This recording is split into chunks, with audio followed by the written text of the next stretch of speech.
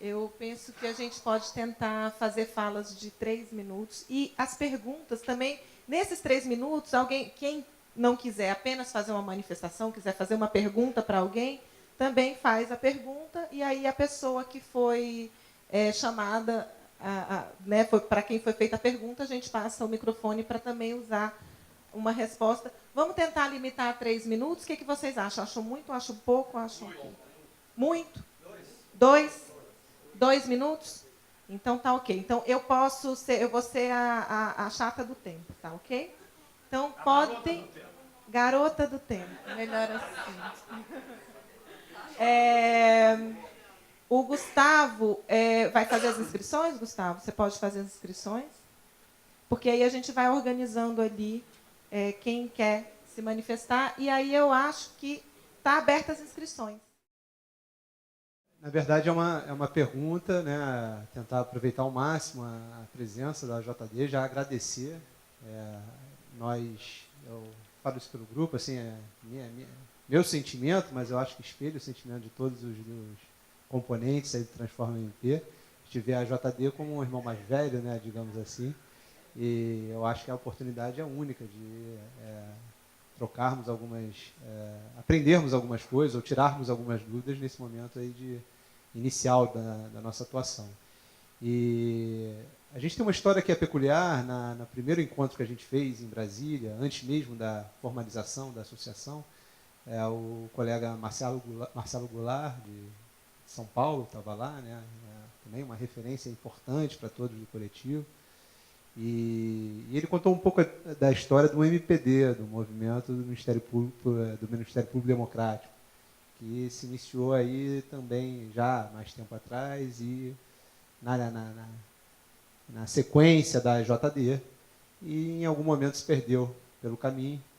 Vários dos componentes hoje do Transforma MP saíram, inclusive, da MPD nessa mudança, né,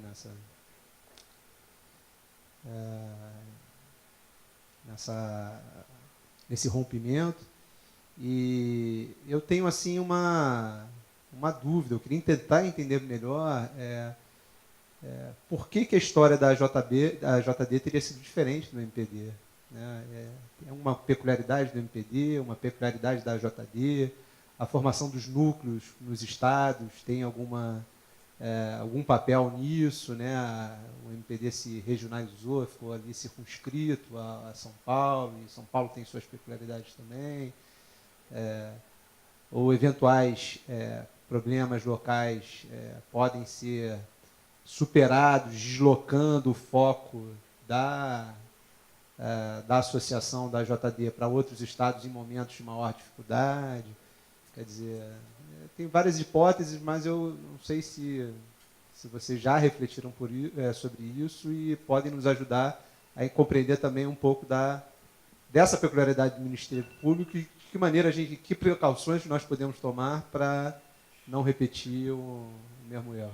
O difícil de estar na presidência da JD é que às vezes você tem que ser diplomático demais, né, já que você está presidindo. Então, eu vou falar só da JD, tá? Vou evitar falar do outro, né? Mas assim, algumas preocupações nossas históricas. Primeiro, né, dentro dessa horizontalidade nossa, não personificar. Não personificar o poder.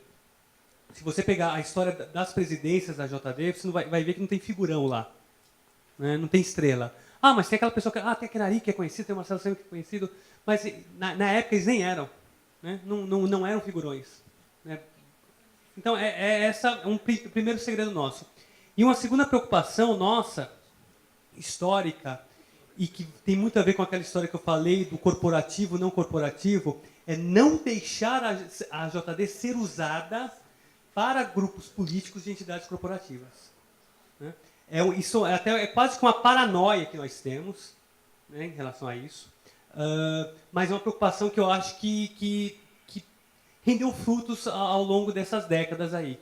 De fato, a gente manteve uma coerência ideológica nos últimos anos, né, em todo esse período. Existiram algumas divergências, existiram alguns momentos cruciais, né, em que a gente poderia ter mudado o rumo, mas no final das contas não mudou em razão dessas duas grandes preocupações. Horizontalidade, que também tem muito a ver com os núcleos, né, você descentralizar. É o que eu falo, o conselho faz, na verdade, alguém tem que estar no ato, tem que ser alguém do conselho, ok. Né? Assinar o cheque para pagar as contas tem que ser eu, né, o tesoureiro. Mas o poder, né, aspas, o poder é absolutamente dividido, né, inclusive entre os estados, e a não instrumentalização. Tá? É uma preocupação nossa, é quase que paranoica, mas que vale a pena. Muito obrigada, André. Sim. Bom dia. Também na linha do Tiago, eu queria fazer uma pergunta para o pessoal, duas perguntas para o pessoal da JD. A primeira, em relação ao número de associados e o valor da contribuição hoje, porque é uma das coisas que a gente tem discutido, porque acho que vocês colocaram uma coisa muito importante que a gente discute desde o início. A gente quer ser forte, mas não quer ser quantitativamente grande, mas isso também tem uma implicação do poder, do tamanho que a gente consegue abranger, principalmente nacional. E a outra questão que me incomoda também muito, que vocês tocaram, e daí eu queria que se explorasse um pouquinho mais como que, de repente, a gente enfrenta, vocês enfrentaram isso na prática, que é justamente a gente não se perder nos títulos, nos rótulos, eu sou anarquista, eu sou socialista, eu sou... Que é uma coisa que eu disse, né, na fundação, eu não consigo me posicionar como sendo de esquerda porque eu não tenho leitura para isso, né? Mas eu tenho brincado que eu sou aquela esquerda do Mujica, né? Que é uma posição filosófica de vida em que a solidariedade contraria o egoísmo. Então, eu queria que vocês comentassem um pouquinho sobre esses dois pontos. Obrigada. Olha só, você perguntou de contribuição, não é isso? Assim, essa organização não pode faltar, senão não tem como se manter. Mas voltando só ao ponto do André, até hoje, no último encontro aqui no Rio, surge alguém que, obviamente, livre, contribui para uma entidade corporativa e pensa, puxa, tá um lixo isso aqui, que vergonha da MB. Então começam na nossa reunião a discutir algo relacionado a uma entidade corporativa. Isso é cortado violentamente, não tem como. Não tem como ser diferente. Desculpa a grosseria. Não corporativo está no artigo 1º nosso, porque isso desfaz completamente a ideia que a gente está tendo aqui. A questão de rótulo ideológico, isso que é importante. Não é importante. Não é importante. Não tem bandeira. Então, por exemplo, vamos manifestar sobre o golpe, como o André falou. Não vem por bandeira. Assim, a gente não é partidário, não pode ser político partidário, mas tem uma leitura que há de haver um consenso, e eu acredito que no nosso caso é mesmo, de todo mundo, é a ruptura do Estado Democrático de Direito. Ponto. Claro, a gente se fez presente em alguns eventos, eu fui também em Casa Grande, o jornalista alemão pediu uma entrevista depois e perguntou, puxa, achei que você estava no evento Chapa Branca. Como é que você se posiciona sobre isso? É delicado isso, entendeu? Tem que ficar sempre esperto. Com relação à contribuição, o valor nosso, não sei qual é, 70, há 1000 anos, não é corrigido. Assim, os bancos o tribunal não aceita a gente pedir desconto em folha porque o número é reduzido. Esse é o grande tabu da extrema-direita da magistratura. Eles querem que a gente se identifique. Quantos vocês são? Onde vocês moram? Qual o nome do filho, né, do cachorro? Eles querem saber, querem uma ficha, né? E a gente não tem essa organização. Os bancos não aceitam convênio, enfim. É uma loucura de ficar alguém ligando, pedindo, lembrando delicadamente. Tem gente que não paga há 6 meses, aí volta a pagar. Isso é uma loucura. Mas, assim, o bolão entra. E aí, pensando, vaca gorda, vaca má, aquela coisa de Bíblia e tal. Acho que outra pergunta que você fez também. A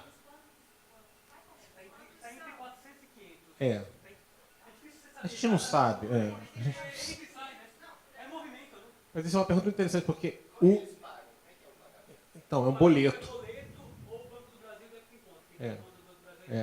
Conseguiu, uma zona. Mas não se preocupa que, no fim, igual a trupe... Pensa em trupe de teatro Mambembe, vai dar certo. Bota o circo na rua e vai. Bom, é bem rápido. Primeiro, agradecer muito a Juarez de ter estado aqui conosco e ter feito esta participação assim tão brilhante. Para mim, você é o maior penalista da América Latina, que me desculpe, Zafaruni, viu? Agradecer também, não sei se já foi ao Afrânio, né? Pois é, esse grande professor, um abração, Afrânio. E o Geraldo já foi, né? O Geraldinho já foi. Pois é, então, só para responder ao Tiago, já que o André não quis ser grosseiro, viu, Tiago? O que acabou com o MPD é que uma pessoa tomou conta do MPD. Incompetente, levantou uma bandeira contra a corrupção fez um grupo, um grupelho, que ele comanda há muito tempo. Foi isso que acabou com o MPD. Por isso que depois de 25 anos eu saí do Ministério Público Democrático. Quem é de lá sabe de quem eu estou falando. Roberto Liviano, promotor de justiça.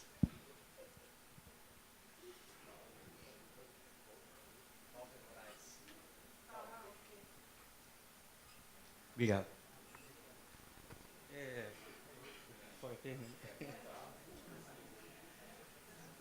Para o Afrânio, conversamos um pouco sobre a questão da influência dos juristas americanos na elaboração do Código Civil argentino. E isso me deixou pensativo com relação a uma outra situação. Isso. Então, ok. Obrigado. A influência de organismos internacionais de viés neoliberal com relação às nossas instituições jurídicas, por meio aí de convênios, a influência de órgãos de segurança estrangeiros e órgãos de inteligência estrangeiros sobre as nossas lideranças do Ministério Público e do Judiciário. E isso é comum já há alguns anos, até porque faz parte da captação, da obtenção de inteligência por um Estado, a identificação de pessoas-chave em determinadas áreas onde eles querem influenciar, né? Então, isso nós temos visto já nas nossas instituições há muitos anos, e com uma influência efetiva nessas lideranças, dentro aí de um viés neoliberal e até um viés de obtenção de inteligência de Estado para aquele que vai ser beneficiado. Então, o que nós estamos percebendo hoje, por exemplo, no âmbito da Operação Lava Jato, é a realização de convênios com autoridades estrangeiras que não passam pelo controle, seja do Ministério da Justiça, seja aí do Ministério de Relações Exteriores, que seriam os órgãos atribuídos e que necessitariam efetuar esse controle do ponto de vista da soberania nacional, porque são relações de Estados, de entidades de Estados, inclusive com troca de informações sensíveis sobre empresas estratégicas, as empresas de construção, a própria Embraer, enfim. E se isso está sendo justificado por essa flexibilização do direito penal com relação às convenções.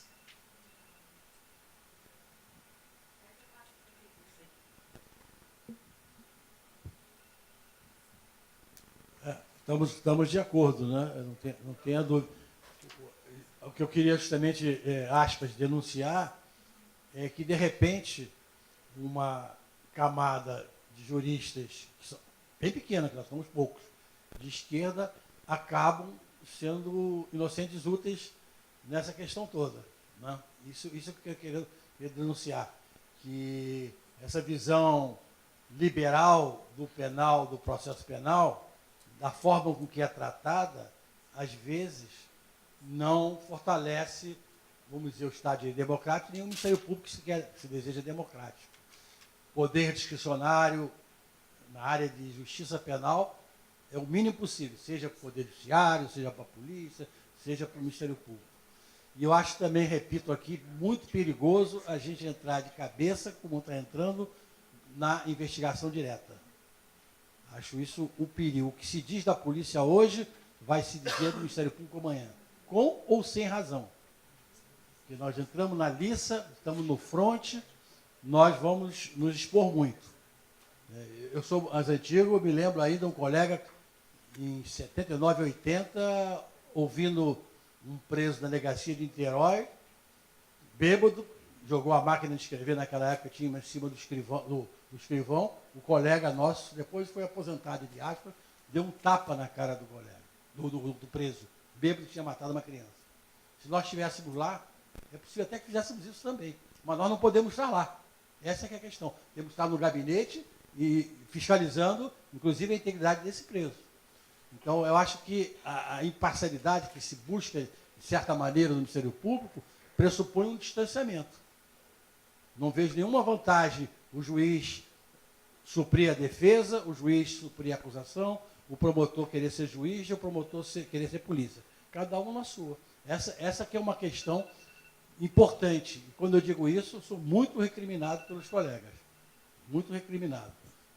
Eu acho um perigo, até porque, como é que vamos assumir esses inquéritos? Delegacia do Rio de Janeiro aqui, tem 10 mil inquéritos. Precisaria 10 mil talvez, 10 mil não, de 1.000 delegados, sei lá, de 500 delegados, né? E por conseguinte, de 500 promotores só naquela delegacia, para ser sério, para funcionar. Né? Professor, então, tem. Acabou. Então, temos que tomar cuidado com isso aí, com esse oba-oba, porque a gente está se expondo. Para vocês aí, André, minha pergunta.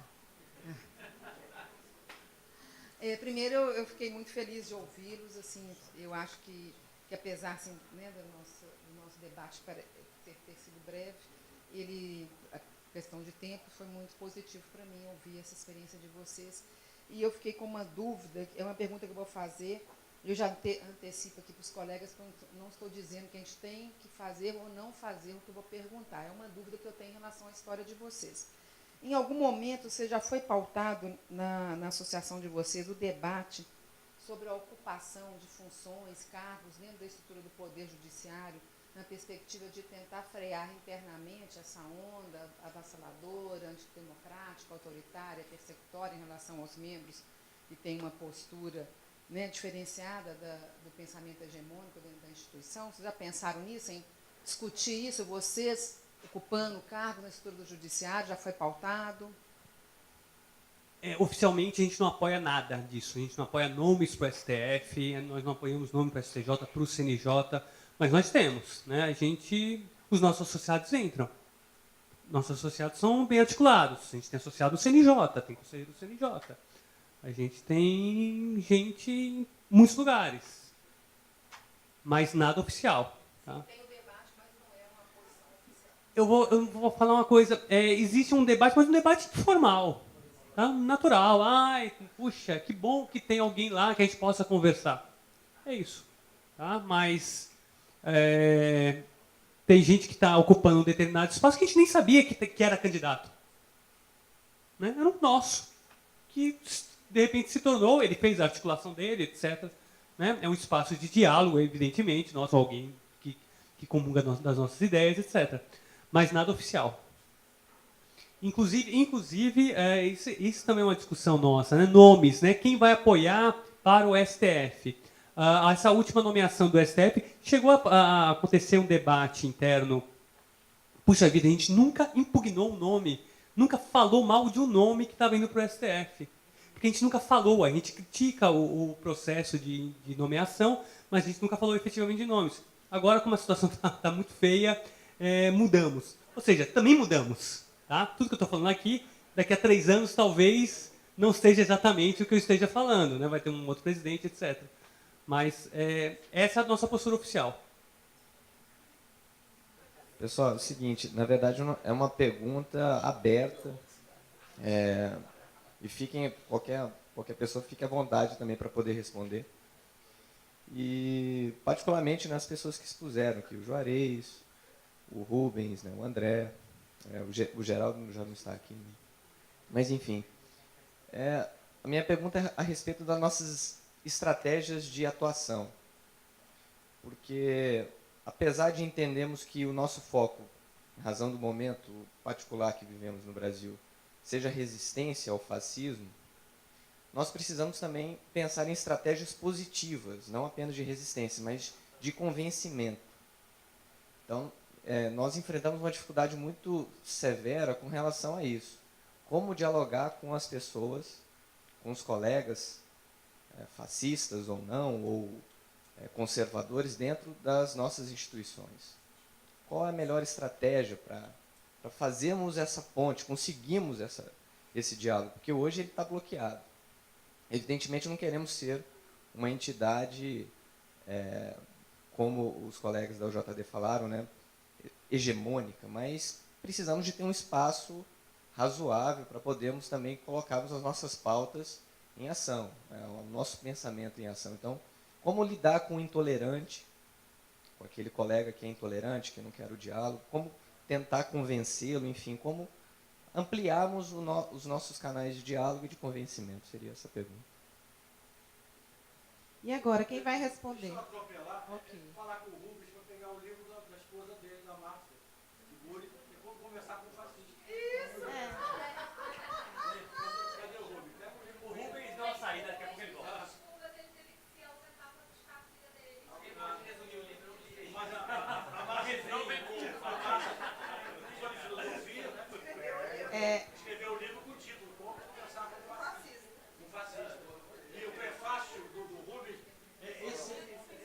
prefácio do Rubens definindo o que seja fascismo é excelente, excelente. Então, esse livro, eu acho que está no mercado aí. Eu elogiei esse livro publicamente já no Facebook. Eu acho que falar para quem está convertido é muito... Não, eu quero responder. Ele falou que é aberto. Ele falou que é aberto, não foi o que você falou? Eu acho que falar para convencidos, né, para convertidos, é legal, mas a gente precisa de ter mais paciência. Eu não tenho paciência, né? Eu contei a história do doutor Demente. Quando a senhora tiver algum problema, falar comigo, eu falei, não, desculpa, nem morta, né? Quando eu tiver algum problema, eu vou falar com o meu psicanalista, com o meu namorado, com o meu personal trainer, mas com o senhor não vou falar, não. Um juiz completamente sem noção, eu poderia conversar com o fascismo dele. Como eu vou conversar com o fascismo desse cara? Eu não sei como. Tenho que ler o livro da Marcia Tiburcio. A gente tem noção de que aqui a gente está falando para convertido. Todo mundo que está aqui, mais ou menos, né?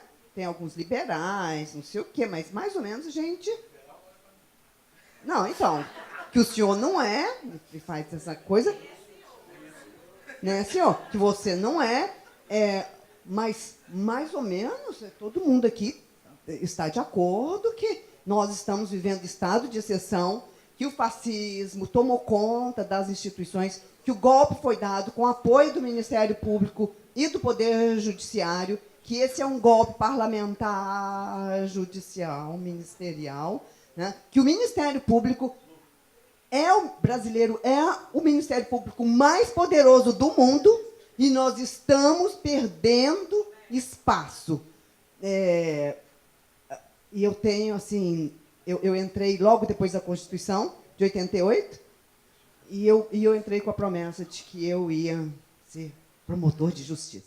Bom, a minha fala, na verdade, é um apelo, não é uma pergunta. Talvez seja um apelo óbvio, mas eu não queria perder essa oportunidade de falar para os nossos colegas mais antigos e que, no caso, me refiro especificamente mais a Frânio e Juarez, da necessidade que nosso grupo, que, como já foi dito, vai enfrentar grandes desafios de agora em diante, ter nos seus quadros, no seu corpo associativo, colegas do SCOL, do respeito e da experiência e da vivência de vocês.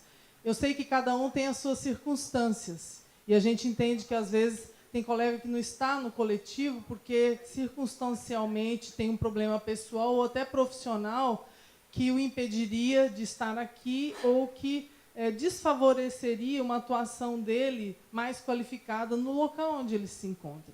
Mas, tanto quanto possível, eu gostaria de registrar esse apelo aqui, para que vocês pensem. Nós, lá em Brasília, nas reuniões primeiras do nosso grupinho lá de Brasília, a gente pôde, inclusive, ir à casa do Cláudio Fonteles, e ali nós encontramos valorosos colegas que participaram dessa concepção do Ministério Público que nós queremos resgatar aqui. E, para mim, particularmente, foi muito importante conhecer até colegas que eu não conhecia, e acho que, então, diante desses embates, os nomes de vocês podem figurar como proteção para a gente, a depender das empreitadas que nós vamos enfrentar. Então, esse é o apelo que eu queria deixar aqui.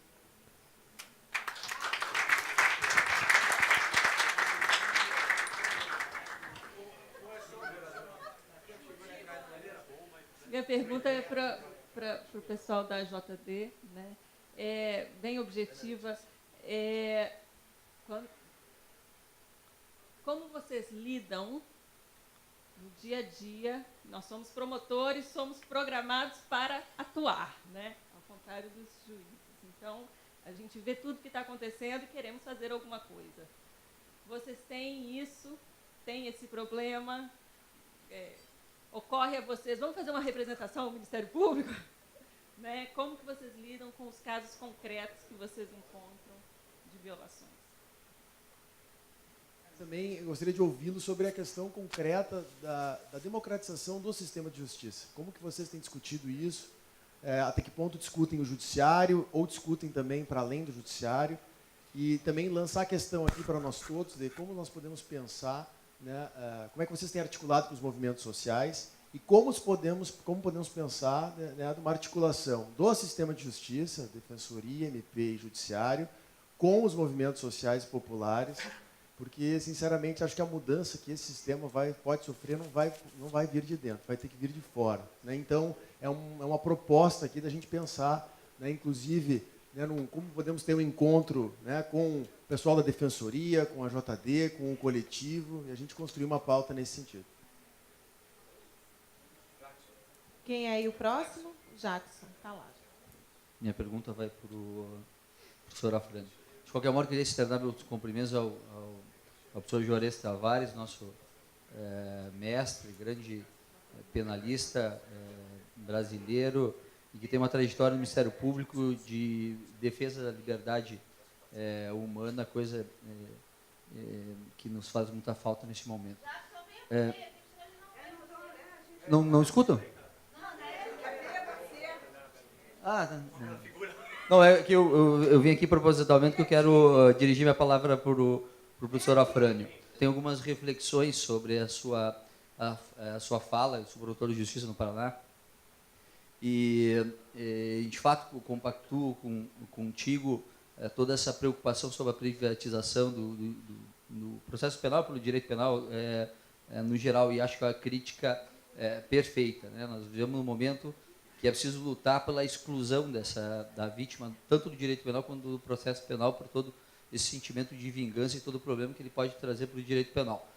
Me preocupa uma possível contradição numa outra parte, que se refere ao direito penal no seu discurso. Quer dizer, ao mesmo tempo que tu defendes bastante criticamente o neoliberalismo, tu aposta ainda numa solução penal também, ou seja, de um lado tu critica o neoliberalismo por uma posição política, ao mesmo tempo acredita na pena. O neoliberalismo, na verdade, vem acoplado com ele uma necessidade de intensificação do Estado penal. Tá? Existe uma incompatibilidade entre destruição do neoliberalismo e manutenção da punição. Tá? Então, essa questão, isso não quer dizer que tu não tenhas razão no sentido de manter o direito penal num núcleo sensível de proteção da pessoa humana. Tá? Aí sim tem legitimidade, e acho que tu tem muita razão em insistir que essa legitimidade do Ministério Público, inclusive, deve ser uma obrigação, ou seja, vinculado com o princípio de obrigatoriedade, evitando todos aqueles problemas que tu mencionou. Porém, há um outro aspecto sobre o qual se deita o direito penal, por exemplo, se referente a delitos econômicos, em que não há nenhuma possibilidade, em que há uma possibilidade de tornar oportuna a ação penal. Por exemplo, condicionando a representação em delitos econômicos. Né? E o exemplo que me preocupa é a questão de Cuba, né? Porque o direito penal cubano é um direito penal que se estende também para assuntos sociais bastante problemáticos. Tá? Bom, depois a gente termina essa conversa. Porque seu tempo... Obrigado. Obrigada.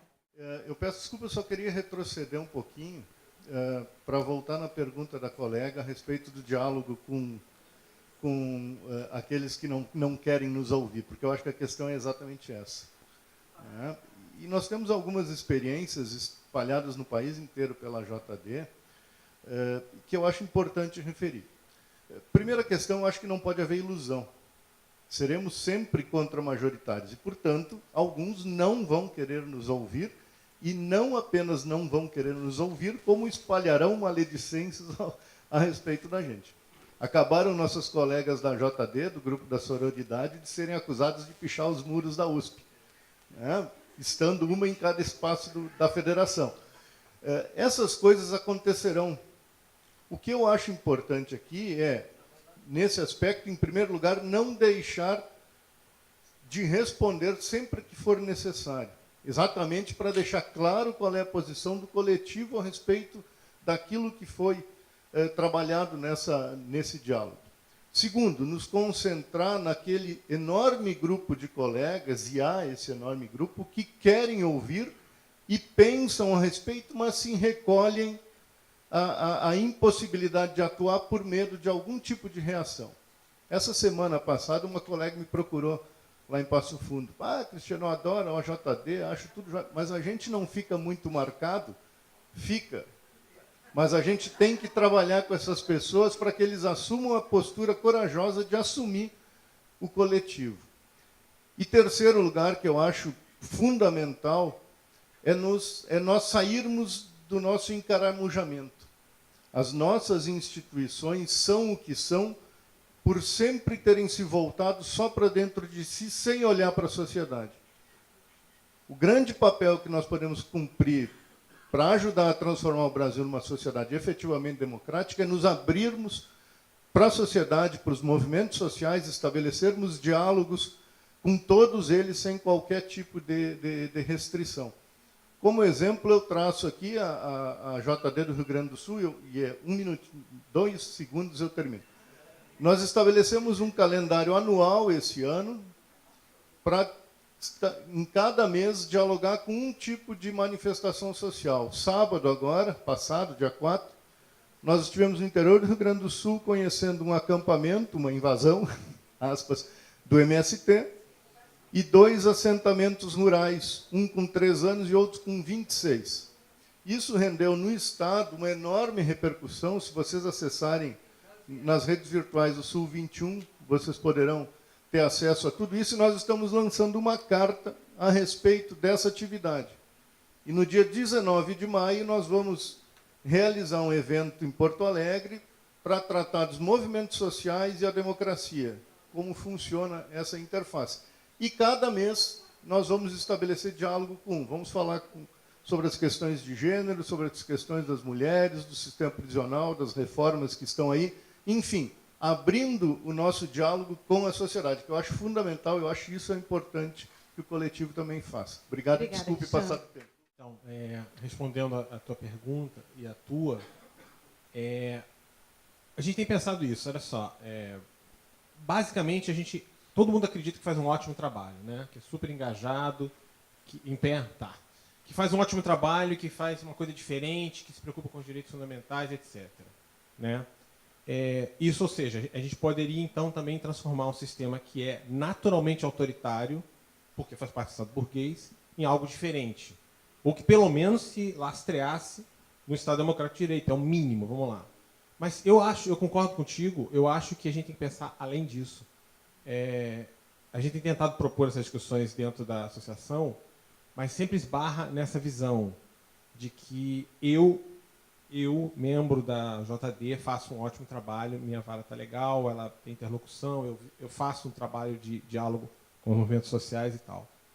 Eu acredito que a gente tem que lançar um olhar, aproveitando que vocês estão aqui, nas construções democráticas radicais que estão vindo, existem no Brasil, como a justiça restaurativa, não com esse cuidado que o mestre Afrânio coloca, óbvio, da garantia, o juiz e o Ministério Público são garantias do Estado Democrático de Direito, ponto. A partir daí a gente pode diminuir a pressão sobre o oprimido com as práticas restaurativas, como o Canadá, Nova Zelândia, a América Latina faz. Porque isso são práticas ancestrais, né, das comunidades indígenas.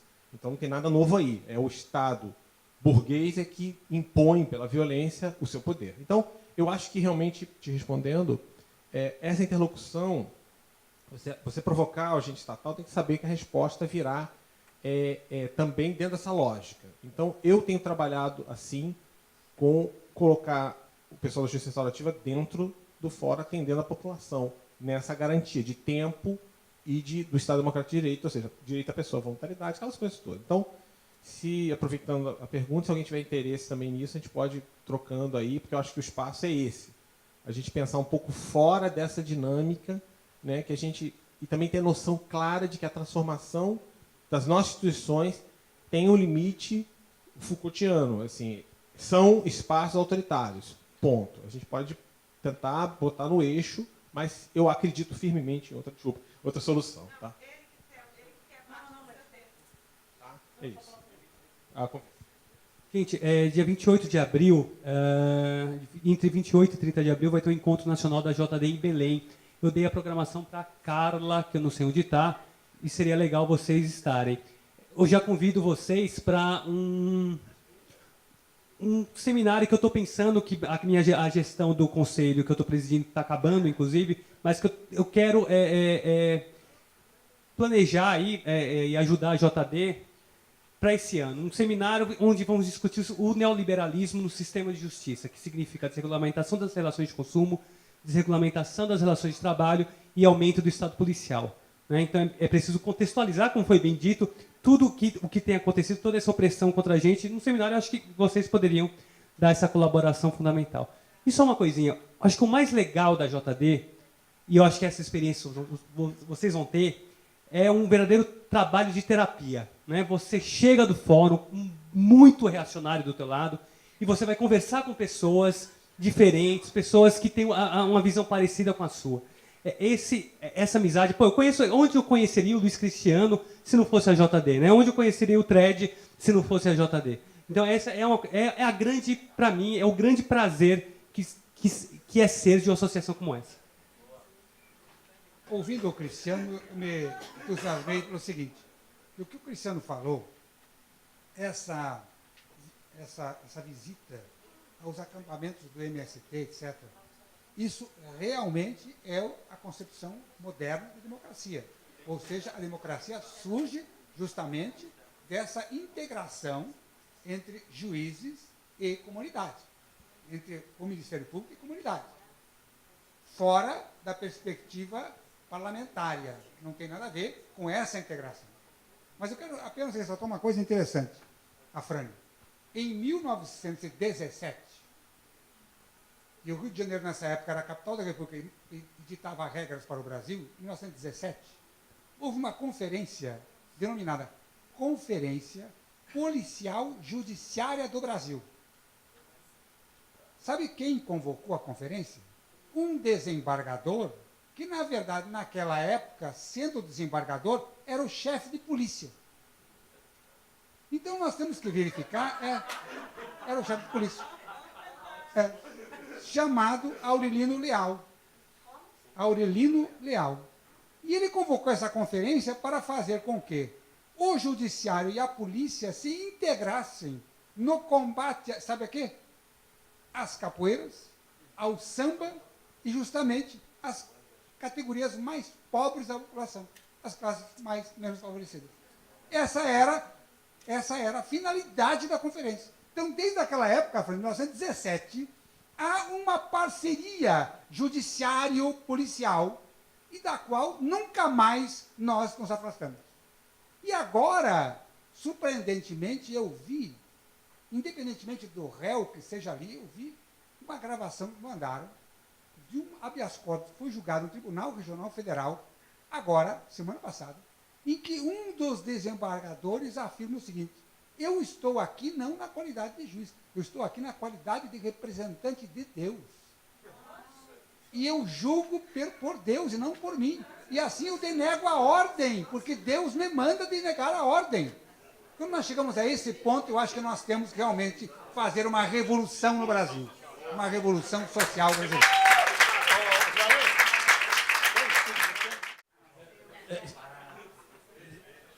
Ô Juarez, se a moda pega e os embargadores começarem a ser representantes de Deus, eu acho que o advogado pode sentar a falta de quórum, porque não existe Deus.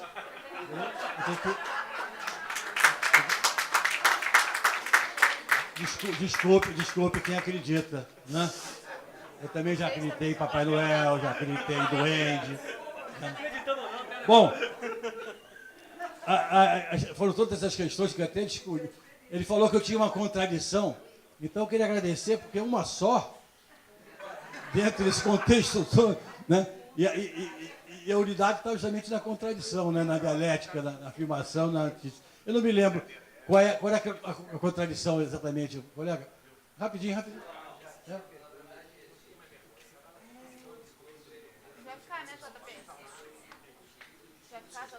Eu digo a contradição possível no discurso na medida que se insiste de maneira correta uma crítica ao neoliberalismo, mas, por outro lado, não estende essa crítica à penalidade, ou seja, à necessidade de intervenção penal, inclusive dá a entender, numa crença na pena e no Estado, na intervenção do direito penal também. Porque quando, na medida que essa crítica teria que enfraquecer o Estado penal, e não o contrário, porque o liberalismo, o que ele faz, na verdade, é aumentar o Estado penal justamente para estender ele às classes favorecidas e poder controlá-las. Então, essa questão eu queria que se o professor consegue me... O política economicamente liberal, liberal seria mais punitivista, é isso? Sim, claro. Não. Eu te digo neoliberalismo, como modelo de Estado. Que faz uma crítica e é um modelo de Estado... O que a gente vê, não sei se eu entendi bem, é o contrário, né? A chamada direita penal composta pelos neoliberais. E por alguns colegas, companheiros e camaradas de esquerda também. É aí que vem a minha crítica, né? Eu sempre procurei, e sempre digo isso, uma posição de equilíbrio. Eu sou marretado pelos promotores punitivistas e sou marretado pelos advogados ultraliberais, né? Eu acho que a pena de prisão, lamentavelmente, não se pode abrir mão dela para essas situações mais extremas, na medida em que as pessoas não podem ficar aqui matando as outras, né? Não, tudo bem, mas em relação a essas questões que eu disse, que o núcleo básico do direito penal, nós estamos de acordo. Mas eu digo em relação aos delitos em gerais, de menor gravidade, acho que deve ter uma redução bruscamente do Estado penal. Descriminalizar o máximo possível, sem dúvida nenhuma. Até para concentrar esforços no que é importante concentrar mesmo, né? Seria uma ilusão que isso vai melhorar a sociedade, que vai transformar a sociedade, que vai fazer qualquer tipo de revolução. É outra coisa. Enquanto o Juarez Tavares não faz a revolução social dele, nós temos que segurar um pouco essa turma que está matando os outros, só isso, né? A revolução social, a esquerda não faz, porque já tentou fazer e sucumbiu. E agora, com um exército, as forças armadas que nós não temos a menor condição, né? Então é um esquerdismo que não funciona. Lamentavelmente, não dá para fazer revolução social nenhuma, né? Nós temos que convencer os outros que os nossos valores são os melhores. Solidariedade, fraternidade, não a competição, não o egoísmo. Se as pessoas se convencerem que os nossos valores são melhores, fica mais fácil, né, a gente caminhar. Agora, pegar a revólver 38 para enfrentar